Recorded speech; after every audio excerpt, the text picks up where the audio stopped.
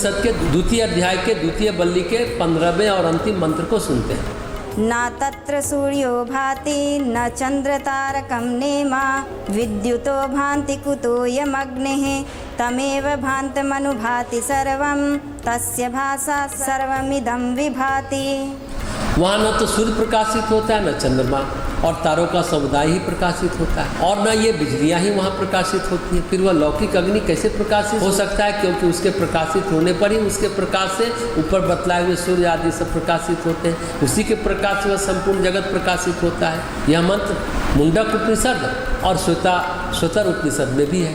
उसी प्रकार भगवत गीता के 15वें अध्याय के 6ठे श्लोक में भी है। वहाँ भी यही बात कही गई है। जिस परम पद को प्राप्त होकर मनुष्य लौटकर संसार में नहीं आते, वो स्वयं प्रकाश परम पद को न सूर्य प्रकाशित कर सकता है, न चंद्रमा और न अग्नि ही।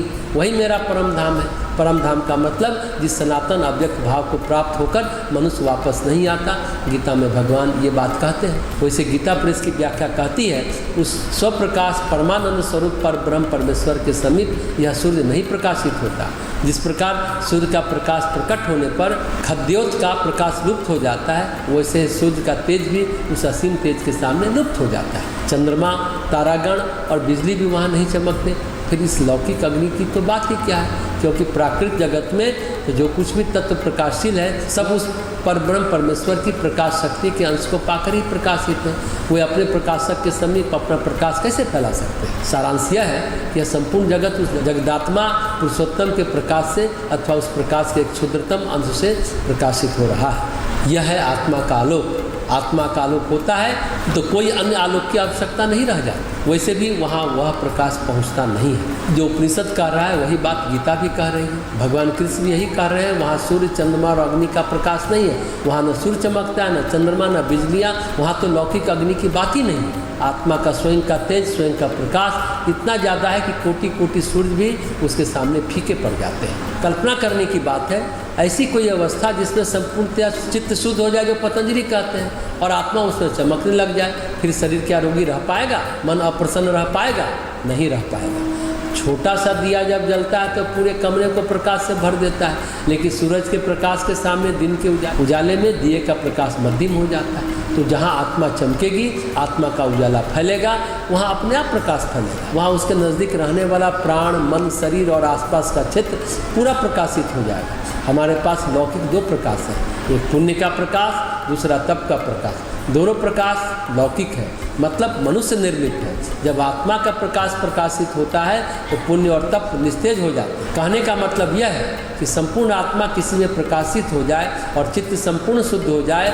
आत्मा का प्रकाश चित्त के माध्यम से, प्राण के माध्यम से, शरीर के माध्यम से बहने लगे, निकलने लग जाए, तो वह व्यक्ति, वह स्थान कितना दिव्य हो जाएगा। ऐसा व्यक्ति जहाँ बैठ जाता है उसे तीर्थों का तीर्थ बना देता है। वह तीर्थों में भी तीर्थत्व पैदा कर देता है। मतलब इस धरती के संतुलन के लिए एक रमण महर्षि, एक श्री अरविंद पर्याप्त होते हैं। सामान्य मनुष्य तो पुण्य और तप में यकीन ही नहीं रखता। आत्मा का प्रकाश तो बहुत दूर की बात है, वह तो पुण्य और तप ही नहीं करता, तो लौकिक प्रकाश भी कहाँ से पैदा होगा? अत्रि ऋषि और सती अनुसुईया के तप से चित्रकूट क्षेत्र आत्मा के प्रकाश से प्रकाशित था। कहीं कोई आश्रय उपद्रव उस क्षेत्र में होता ही नहीं था, जबकि वह क्षेत्र राक्षसों का गढ़ था।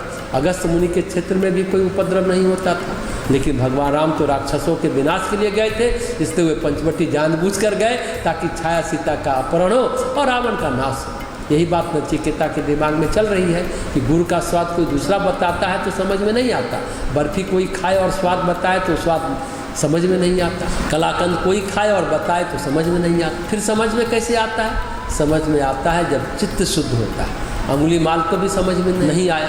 बुद्ध का अनुभव अंगुली माल नहीं दोहरा सकता, लेकिन जो अनुभवी है, जिस रास्ते महान लोग चले, उन्होंने जो निर्देश दिया है, जिधर उन लोगों ने उंगली उठाई है उस पर चलने से हो जाएगा। अंगुली माल बुद्ध से प्रभावित हुआ, उनके व्यक्तित्व से प्रभावित हुआ और ठहर गया।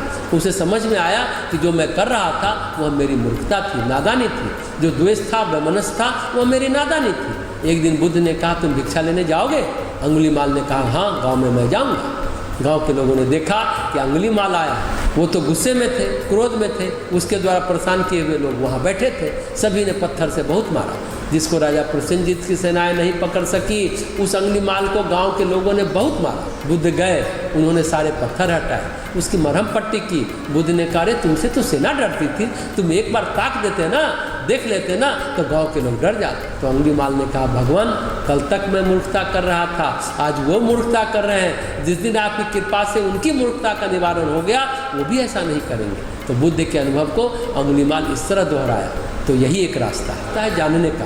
गीता में भी भगवान कहते हैं, परिपातेन परिप्रश्नेन और सेव्या, विनम्रता, श्रद्धा और सेवा भाव। फिर तत्वज्ञानी जो कहते हैं वह समझ में आता है, फिर उस पर आचरण करके अनुभव आता है। इस प्रकार कठोपनिषद के 2 अध्याय के 2 वल्ली समाप्त हुआ।